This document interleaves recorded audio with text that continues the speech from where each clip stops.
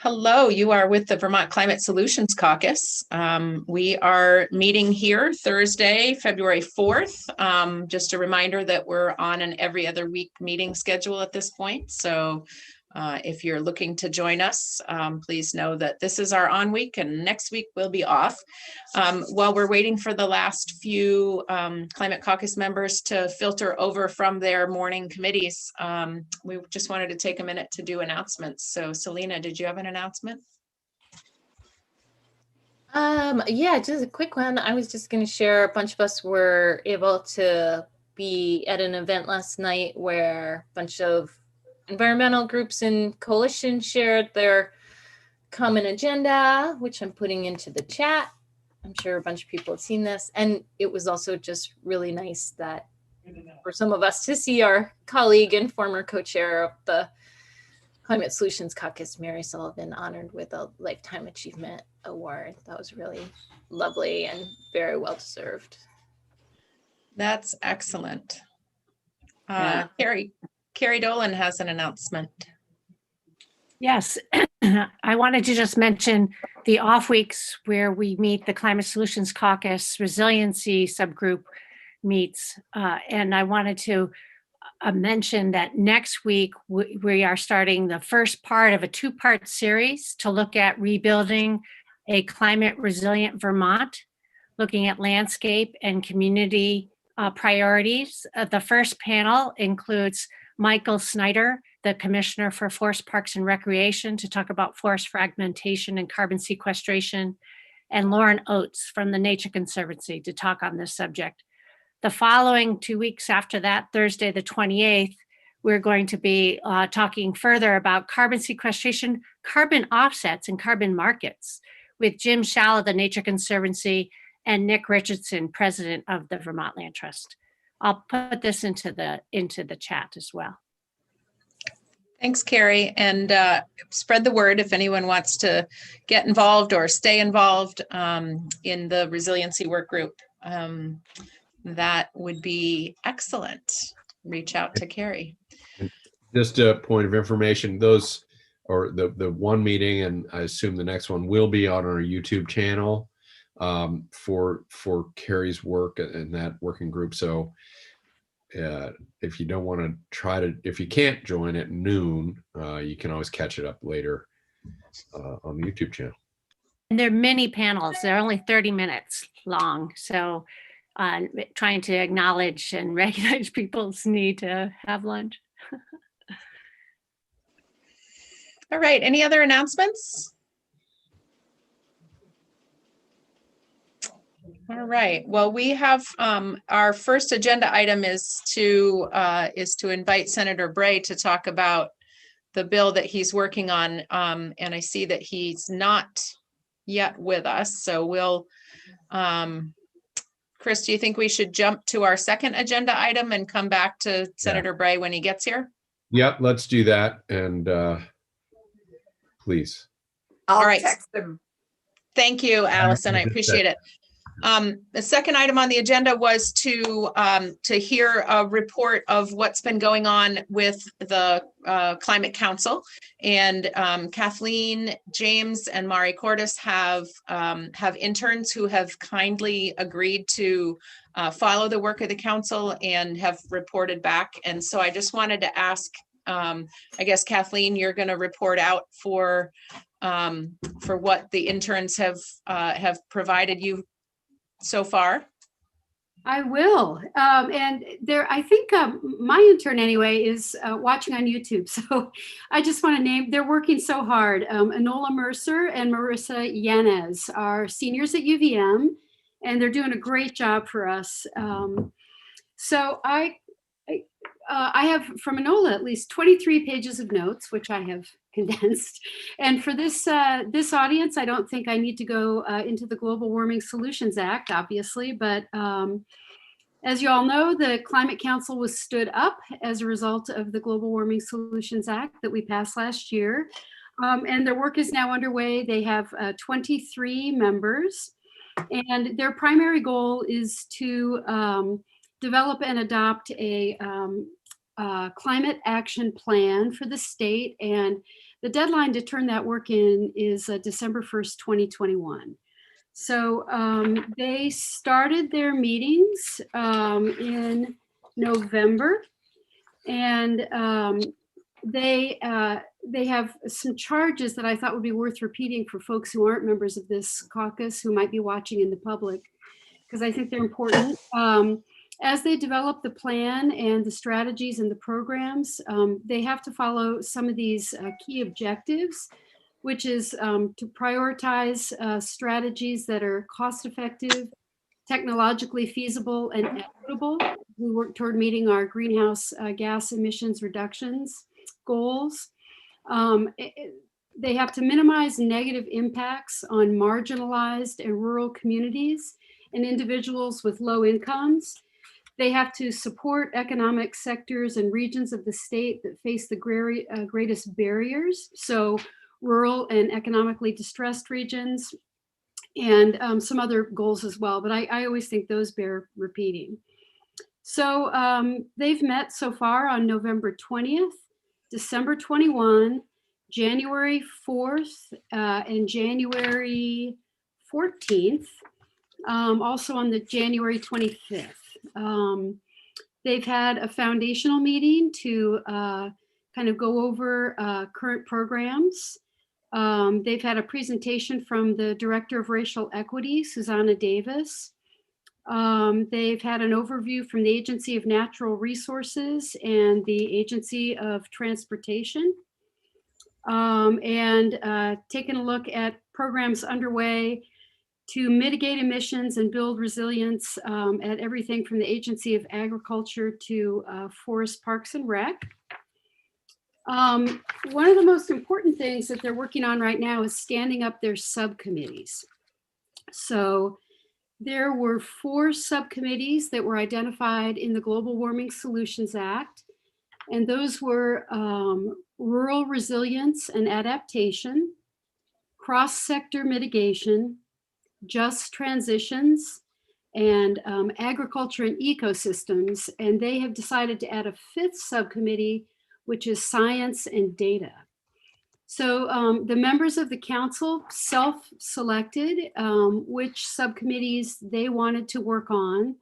So the folks who are already on the Climate Council have been kind of sorted, and they've joined the subcommittees that are of most interest to them. And very recently, this week, they put out a quick call for members of the public who might like to participate in these subcommittees. And council members are going to do that appointing. So there are slots available on every single one of those 5 subcommittees for members of the public who have particular expertise to join. They're going to be meeting this afternoon, the steering committee is, to start talking about the appointment process, and I think start looking at some of the nominations. But I did check in with a couple folks this morning, and I don't think it's too late to try to get some names forwarded if you do it quickly. So I would reach out to your legislator or to members on the Climate Council if you have somebody in your constituency who you think would be great. I know I nominated a name yesterday, and like I said, I don't think it's too late to be adding members of the public to those important subcommittees, because a lot of the groundwork I think is going to happen there. And then I think folks here know that we approved, at least on the House side, and maybe that went through the Senate too. Anyway, there was a $1 million budget request in the FY21 budget adjustment that passed the House, and I don't know where that stands in the Senate. And thus endeth my report. And thanks again so much to Enola and Melissa for their incredible work in following the work of this important council. Looks like Mike Antachka has a quick question. Yeah, Kathleen, thanks for that report. And do you have a list of the subcommittees that were formed that, Yep. that need additional participants? Yep, I do. Resilience, rural resilience and adaptation, cross-sector mitigation, just transitions, ag and ecosystems, and science and data. And one thing I neglected to mention is that the Vermont Climate Council has a webpage hosted on the Agency of Administration's site. And if you just Google Vermont Climate Council, you'll find their page right away. And the subcommittees are listed there. Their kind of draft roadmap for where they go from here is listed there. Their first report to the legislature, which was submitted on January 15th or 21st. And you can also watch all the meetings and see their agendas. And Okay, so the list of subcommittees are on the website then. Okay, Yeah. thank you. Which just got posted in the chat. Okay, Selena, did you have a question? Do. So I know that one of the issues that has come up that is I think, substantive and very legitimate concern is that, as all the appointees came together from all their different sources,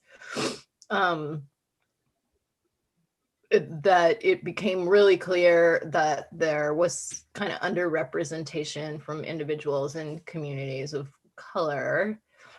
And I am wondering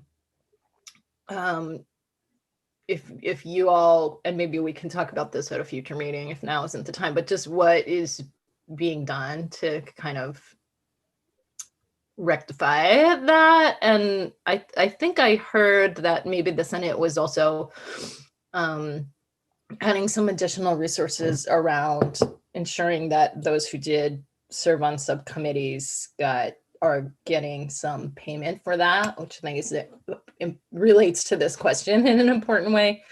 So I'm just wondering if anybody can let us know about that as well. I can just tell you that there is an attempt to add some money in budget adjustment. Its prospects, I don't know, but I know people have been having that discussion on our side.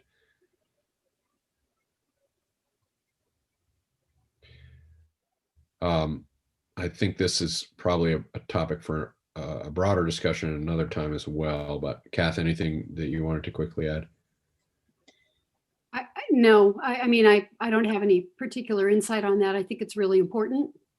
And I think the composition of these subcommittees is really important, which is why I said, I hope it's not too late. The process of appointing folks to the subcommittees, I think, happened kind of quickly and probably too quickly. And but that's just my opinion. And I think we need to, motivate to try to reach out and get some more names to folks. Okay, Scott, last question, then we're going to turn to Chris Bray. So my question for Kath is, have you heard anything about a deadline for appointments to these subcommittees? Did you mention that? Well, the original deadline was last night. And I think that council members didn't have a whole lot of time to gather names. But that's why I was being a little vague. It's not that I'm trying to be, I just don't know. From the folks I talked to, they said they think it maybe is not closed yet. I hope it's not closed yet. It was, probably not a whole lot of time allotted to have Climate Council members reach out to their communities, make thoughtful nominations, let folks like us know that we should be, submitting names. And so I hope that process is not closed. Yeah, okay. Thanks. Does anybody know the status of the administration's suit to have this thing declared unconstitutional? Did they drop that? Yes. Well, they never pursued it. Picked it up. Does anybody disagree with that? I believe it was not something that came to fruition. So we are going to continue to keep an eye on the Climate Council, try to keep everybody on this call up to date, and Sarah and I try our best to keep the public up to date in our video every week that goes out to a larger public list. But we're all really busy. So if people have ideas, thank you very much to Kath and Mari, both of whom have interns that are watching those meetings. And if people hear of events that we want to dig in a little bit to, whatever, please keep them coming to us, and we'll make sure that the legislature has a clear oversight role here, and we want to keep up to date with what's going on.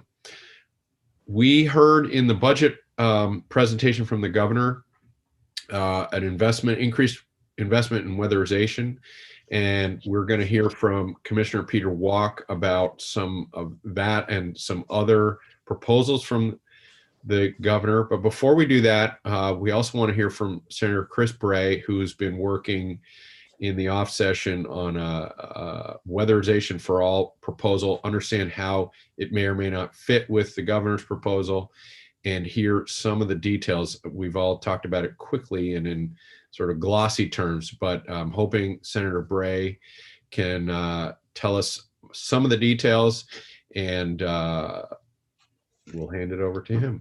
Chris?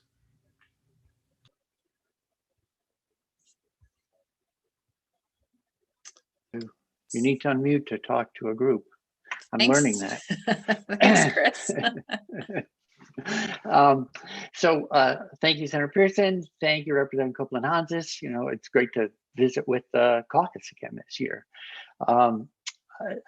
This group, better than any other group in the building, I think knows that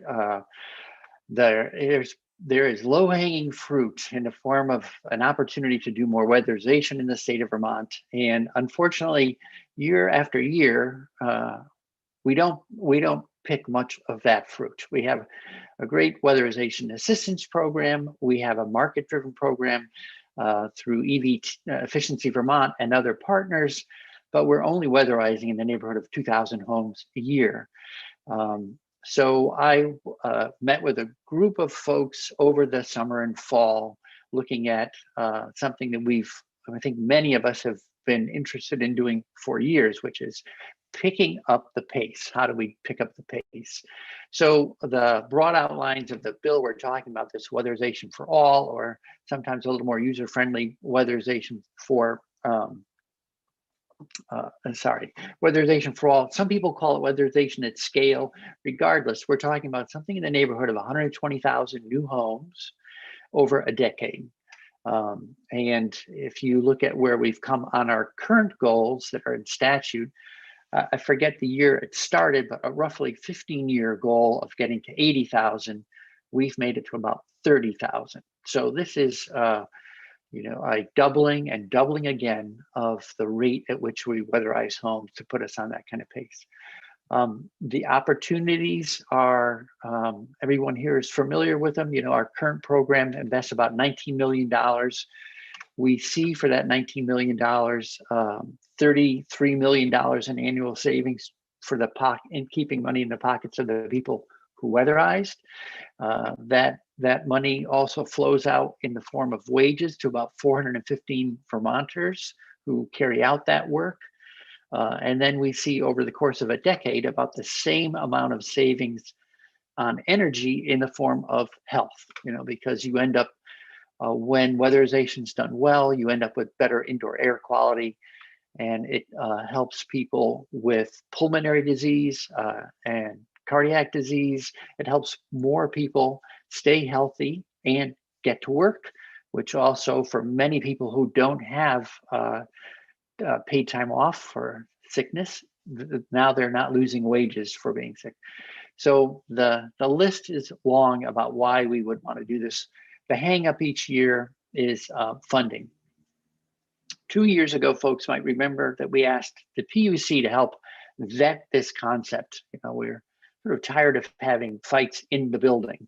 So they came back with a very clear recommendation. Yes, we need to make progress both on thermal fuels and on transportation.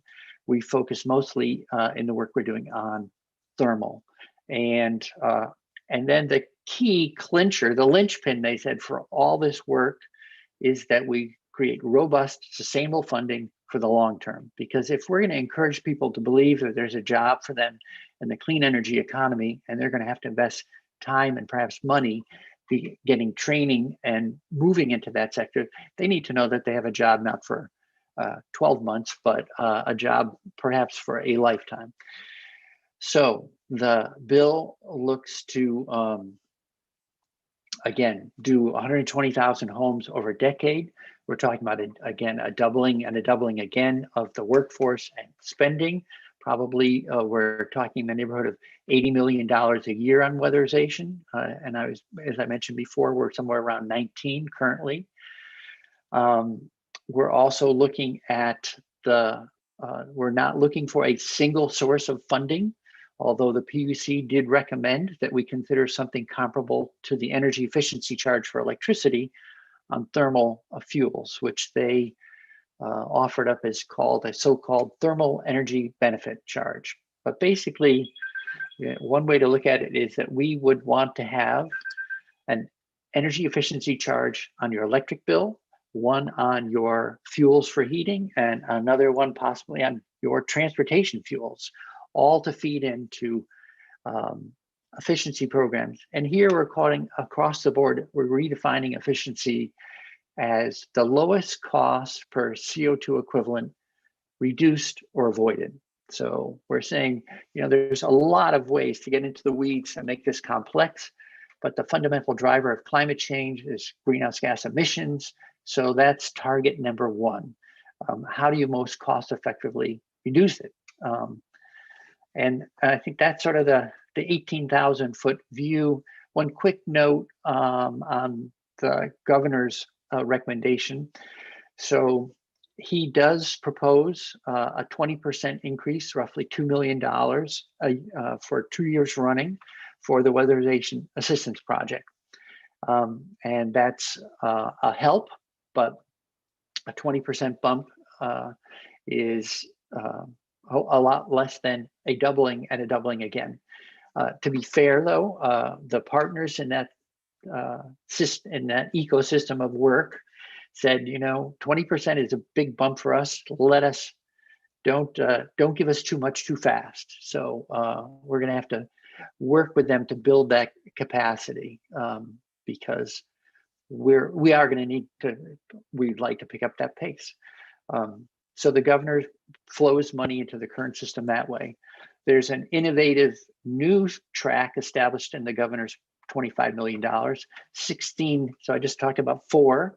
16 would go to Vermont Housing and Finance Agency to do a weatherization program that would feature a housing program that would feature weatherization. And then that leaves 5 unaccounted for, and that goes to the state's energy management plan program, the shorthand for which is the state should lead by example. We have, the state has a lot of real estate. How energy efficiently do we operate that? Can we make the same kinds of investments to make state resources more energy efficient? The answer is obviously yes.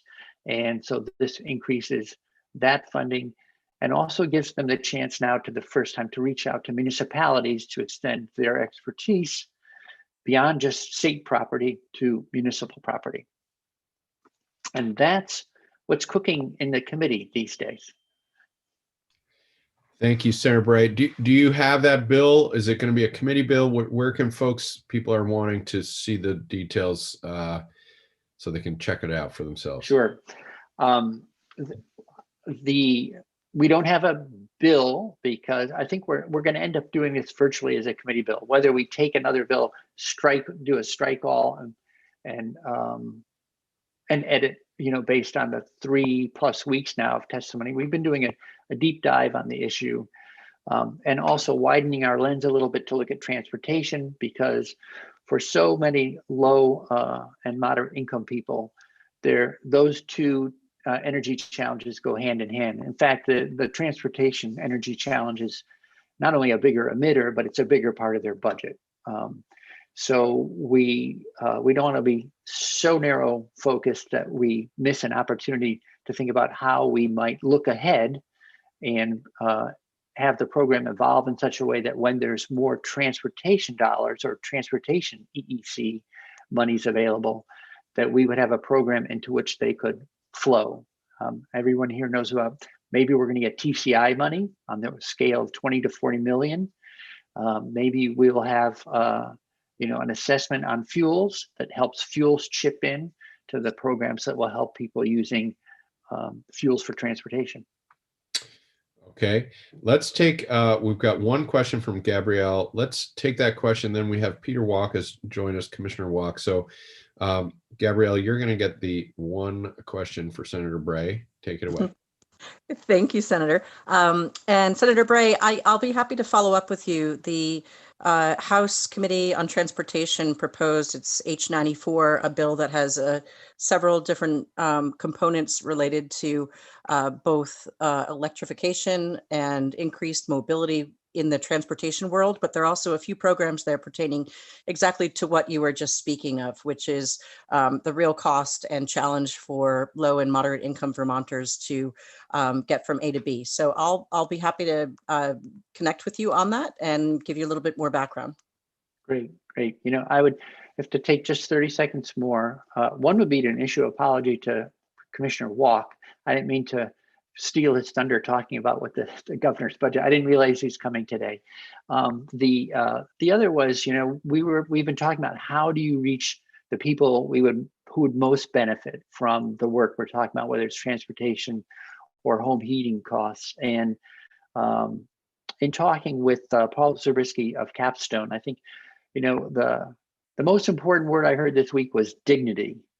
It wasn't BTUs or my MPG. It was about finding a way to do this work in a dignified manner that reaches people where they are and empowers them in their life to become part of the solution. So that was a good, you know, another wavelength that we hadn't had really part of our conversation.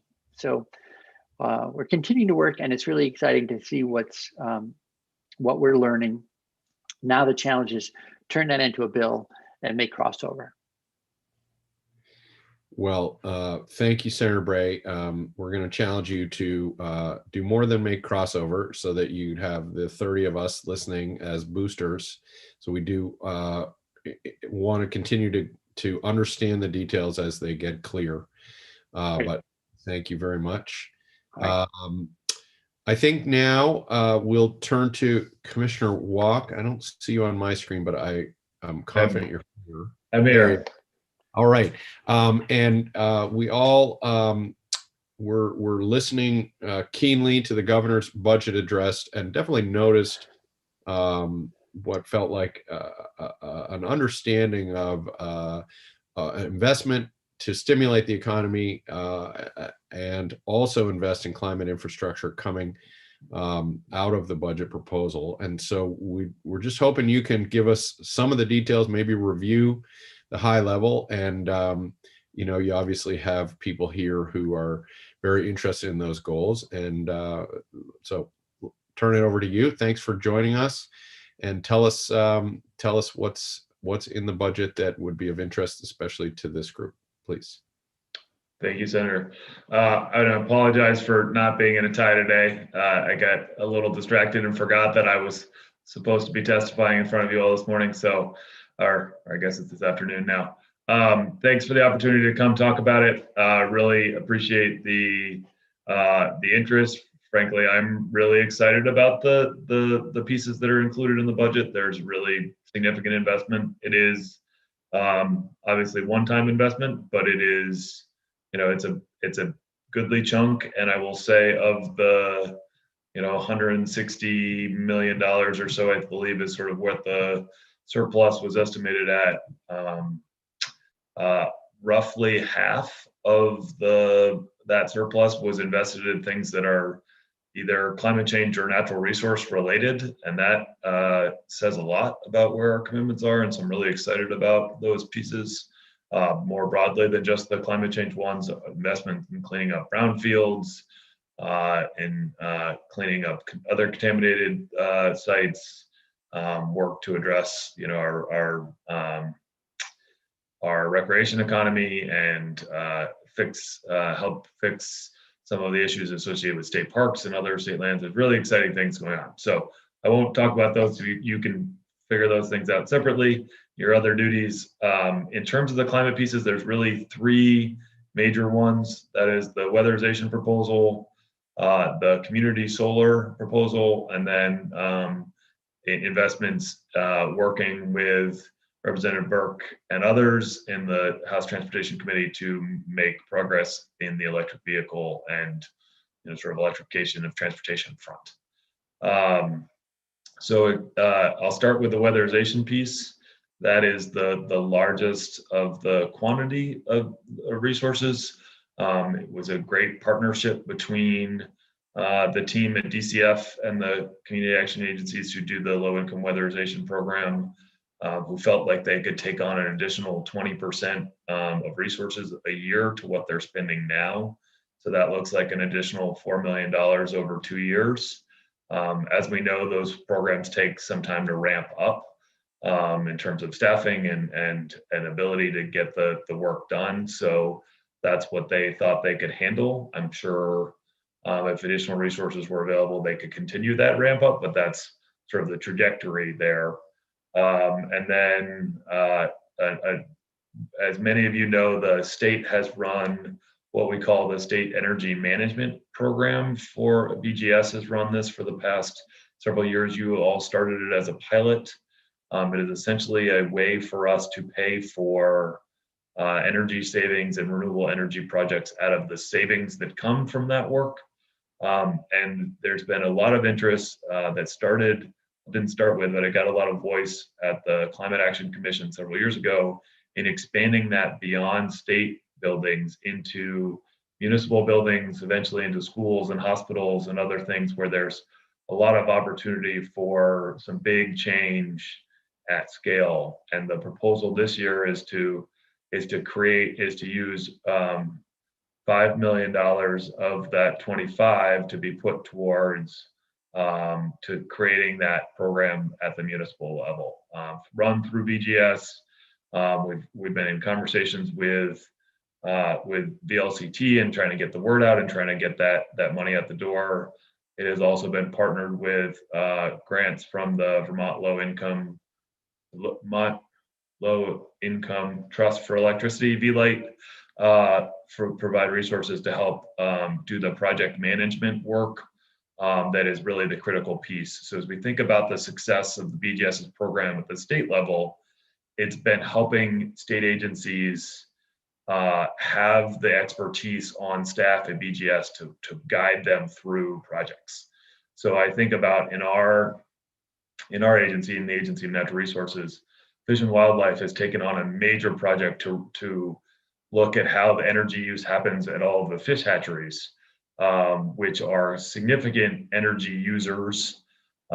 We've looked at how to appropriately scale pumps, how to install renewable energy to be able to support those operations in a way that has really driven down costs and obviously has great overall energy and greenhouse gas benefits. So we're excited about that piece moving forward. And then I think the most novel component and the one that will continue to evolve is the proposal to work with the Vermont Housing Finance Agency to put more of those dollars to work and to leverage private capital to get job training programs done and other things to make sure that our sort of weatherization ecosystem can grow and go well beyond the $25 million in total. So this builds on, we can't really claim credit for this work. That this has been a group that's been getting together since that sort of started with the EAN conference this fall, and really got into how do we use our existing tools to make our homes more affordable for low and moderate income Vermonters and also have the greenhouse gas emissions benefit. I thought Senator Bray said it well. When it really is about dignity, it's about how do we help Vermonters feel comfortable in their homes. I think that's the first step. What we have seen from the sort of looks at some of the weatherization programs we've done in the past is that yes, there's a greenhouse gas benefit, but in some ways we have people who are comfortable and warmer in their homes and able to turn the heat up so that they can have that level of comfort and dignity in their own home that has all sorts of knock-on other benefits. But excited about where that can go, and obviously a lot of work left to do that one you may think, well, how can you ramp up the staff, sort of the workforce to get to that much money? That really is a long-term pipeline building sort of effort. And I think, as I heard Senator Bray mention, if there were to be federal funds available, that's a way to sort of a pipeline to feed that work into. Lots of good stuff there. And then, frankly, I might, on the switching now to the community solar piece, I may let Senator Pertlet put on his other hat and describe some of this work. But basic concept is we have, we want to create more opportunities for low and moderate income Vermonters to be able to participate in the renewable energy future, right? And there are many situations where those Vermonters don't have either don't own their homes, live in multifamily housing, whatever it might be, that prevent them from participating in on-site solar. And we want to create more opportunities. And so whether this is a sort of a rate buy down program for those folks to be able to participate in community solar projects, however it's going to work, it really is a great opportunity to expand that and to help drive that market again in a way that it has not completely dried up, but it has definitely slowed. And I think what we see it as, if we can focus on the cost impacts to buying into these systems for low and moderate income Vermonters, then we don't have to exclude everybody else from participating. It just creates a way for them to get in with a reduced cost. And so that creates more of a market for those opportunities for everybody. Senator Pertlet, I don't know if you're nodding along. I'm hoping I've gotten that reasonably right. And then the vehicle electrification front, I think that many of the things we've chatted about with you all in the past, money for electric vehicle incentives is a huge part of it. But in this year, again, kind of building on the EAN conference work and work that's been going on outside, we've put some money towards the replace your ride concept, which is kind of a cash for clunkers for alternative forms of transportation, whether that be new or used electric vehicles, whether that be an electric bicycle or motorcycle, whether that be public transit passes or shared mobility options, whatever it might be, to change what people are currently doing right now in an old, unreliable, inefficient vehicle into something better for them and better for the environment. Apologize, my Teams meeting signals are going off. You'll have to forgive me. We have a couple of questions, Commissioner, and then we can let you go because I'm sure you have a busy day of jumping between meetings. Senator Pearson. Thank you for the overview and your influence to help make things a priority. I've always been a little worried I'm talking about weatherization. The focus on weatherization for lower income homes has made a lot of sense. There's been this dovetail with LIHEAP, which we've, wanting to make sustainable rather than just helping people pay for fuel. So it's always made sense on one hand. On the other hand, emissions, looking at it from the emissions lens, in fact, you might argue that we'd be smarter to help. You can go a little further if you're helping middle-class families weatherize, and they're probably using more fuel anyway, so potentially more savings. A few years ago, we started down this path of with the help of Efficiency Vermont, and getting more moderate income, middle income families help. Is that part of the vision? That I didn't hear that specifically, but so I'm curious if if it's not, are you open to us pushing it in that direction? Absolutely. So the $4 million in extra for the up to 80% AMI through the Weatherization Assistance Program that OEO runs in DCF, that is really focused on low-income weatherization. That is a full cost program, one for one. Sort of we as the state work with the community action agencies. They do all the work at no cost to Vermonters. That is an essential and necessary service. the hardest, as you mentioned, the hardest actual group to get real projects done, meaningful, full weatherization projects done is the sort of 80 to 120 and even slightly above that. And that is really where we have the greatest opportunity to make progress. Was really excited when the efficiency utilities stepped up and put more of their incentives in that space. I think that's great. Now one of the things that the VHFA work will do is to back that up with low cost financing as well. And so there's like so people can envision the full project and know how they're going to pay for it, which is really important to be getting more meaningful work done than, a one-off project here or there. And so that I agree with you that is not the intent to focus entirely on low-income Vermonters.